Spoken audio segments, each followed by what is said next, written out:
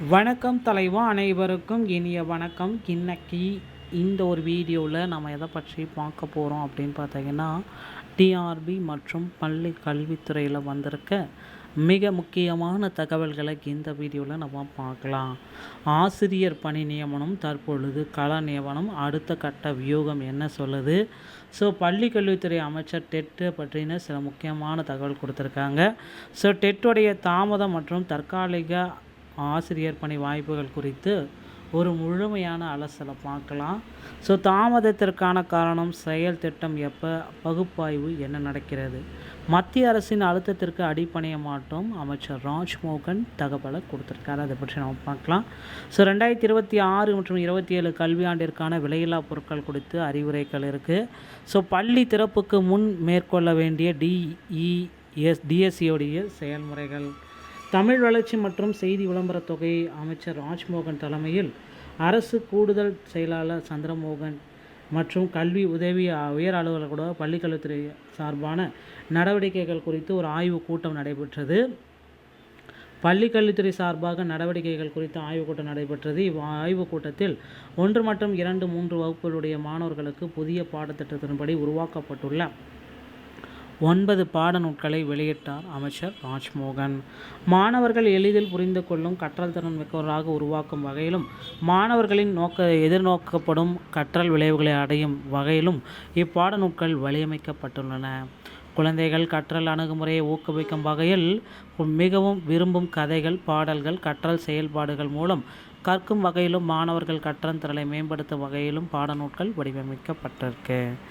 So மாணவர்களுடைய உடல் இயக்க மோட்டார் ஸ்கில், சமூக மனவெழுச்சி திறன்கள், விழுமியங்கள், வாழ்க்கை திறன்களை உள்ளடக்கிய பாடப்பொருட்களோடு அழகிய வண்ண வடிவமைப்புடன் பாடப்பொருட்கள் தயாரிக்கப்பட்டுள்ளன. ஸோ இதை அமைச்சர் ராஜ்மோகன் அவர்கள் வெளியிட்டார். மத்திய அரசின் அழுத்தத்திற்கு அவர் குறிப்பிட்டு சொல்கிறாரு, அடிப்பணியவே மாட்டோம்.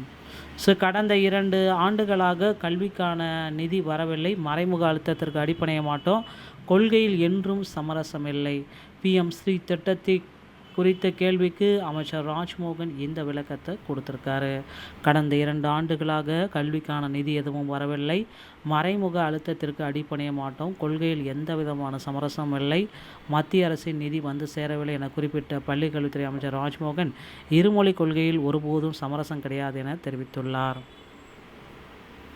சென்னையில் இந்த மாதிரி அவர் பேட்டியளித்திருந்தார். பள்ளி வாகனங்கள் சரியாக பராமரிக்கப்படவில்லை என்பது தனியார் ஆக இருந்தாலும் ஏற்க முடியாது என எச்சரித்த அவர், மாணவர்களின் பாதுகாப்பு சுதந்திரத்தை சமரசம் செய்ய மாட்டோம், ஆசிரியர்கள் பிரச்சனைகள் பேசி தீர்வு காணப்படும் என்று குறிப்பிட்டு சொல்லிட்டார்.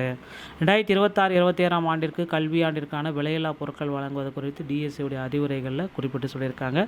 தொடக்க கல்வி விலையில்லா நலத்திட்டங்கள், அரசு உதவி பெறும் தொடக்க மற்றும் நடுநிலைப் பள்ளிகளில் 1 முதல் 8ஆம் வகுப்பு வரையிலான மாணவ மாணவியருக்கு பாடப்புத்தகம், நோட்டு புத்தகம், சீருடைகள் எல்லாமே வழங்குறதுக்கு இப்போவே முன்னேற்பாடுகள் போயிட்டுருக்கு. ஸோ 1/6/2026க்கு முன்னாடி, பள்ளி திறப்புக்கு முன்னாடி டிஎஸ்சி செயல்முறைகள் என்னென்ன பண்ணணும், ஸோ என்னென்ன எல்லாமே இருக்கா, school reopening, honourable education minister review, instructions எல்லாமே கொடுத்துருக்காங்க. அது எல்லாமே பள்ளிக்கல்வித்துறை அமைச்சர் கொடுத்தது ஏற்பாடில் அந்தந்த சிஓக்கள் பின்பற்றணும். ஸோ இப்போ பார்த்திங்கன்னா, அமைச்சரால் அதிகாரப்பூர்வமாக 28,000 காலி பணியிடங்கள் அறிவிப்பு கொடுத்துருக்காங்க. ஒரு 15,000 எடுப்பாங்கன்ற ஒரு நம்பிக்கை இருக்குது.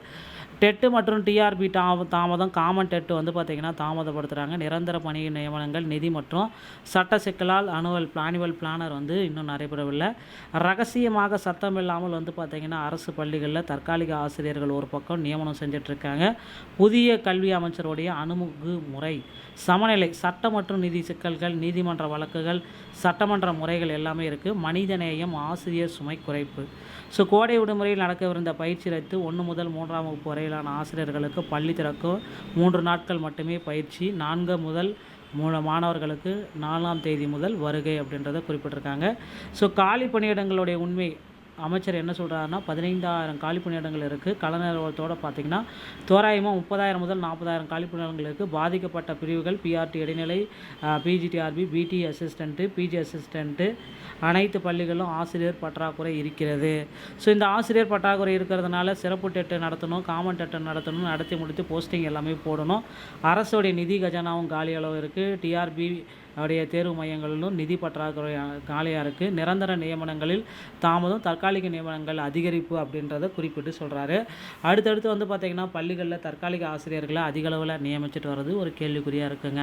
அடுத்து நீங்கள் எல்லாருமே எதிர்பார்த்த மாதிரி ஆசிரியர் தேர்வு வாரியத்தில் முதல்வர் விஜய் அவர்கள் திடீரென ஒரு சில கையெழுத்தெல்லாம் போட போகிறாரு. அனைத்து ஆசிரியர்களும் 10 ஆண்டுகளாக போராடிட்டு இருக்க இடைநிலை ஆசிரியர்களுக்கு ஒரு மகிழ்ச்சி செய்தியை வெளியிட போகிறதா தகவல் வந்திருக்குங்க. பொறுத்து வந்து நம்ம பார்க்கலாம். ஸோ 149 ஜிஓ நியமன தேர்வை ரத்து செய்கிறதுக்கு உண்டான ஜிஓ ப்ராசஸ்ஸு. அதுக்கு அடுத்து வந்து பார்த்தீங்க அப்படின்னா நீங்கள் எல்லாருமே எதிர்பார்த்த மாதிரி டெட்டில் பாஸ் 60 மார்க் உண்டான ஜிஓ ப்ராசஸ் எல்லாமே ரெடி ஆகிட்டு இருக்குங்க. விரைவில் ஆசிரியர்களுக்கு ஒரு சில மகிழ்ச்சியான செய்திகளை முதல்வர் விஜய் அவர்கள் வெளியிடுவார் அப்படின்றத எதிர்பார்க்கலாம். டிஆர்பி மற்றும் பள்ளி கல்வித்துறை சொந்தமான செய்திகள் அனைத்தையும் உடனுக்குடன் பெற நீங்கள் நம்முடைய சேனலோடு இணைந்திருங்கள். மீண்டும் ஒரு நல்ல தகவலோடு நான் உங்களை சந்திக்கிறேன். நன்றி, வணக்கம், தேங்க்யூ.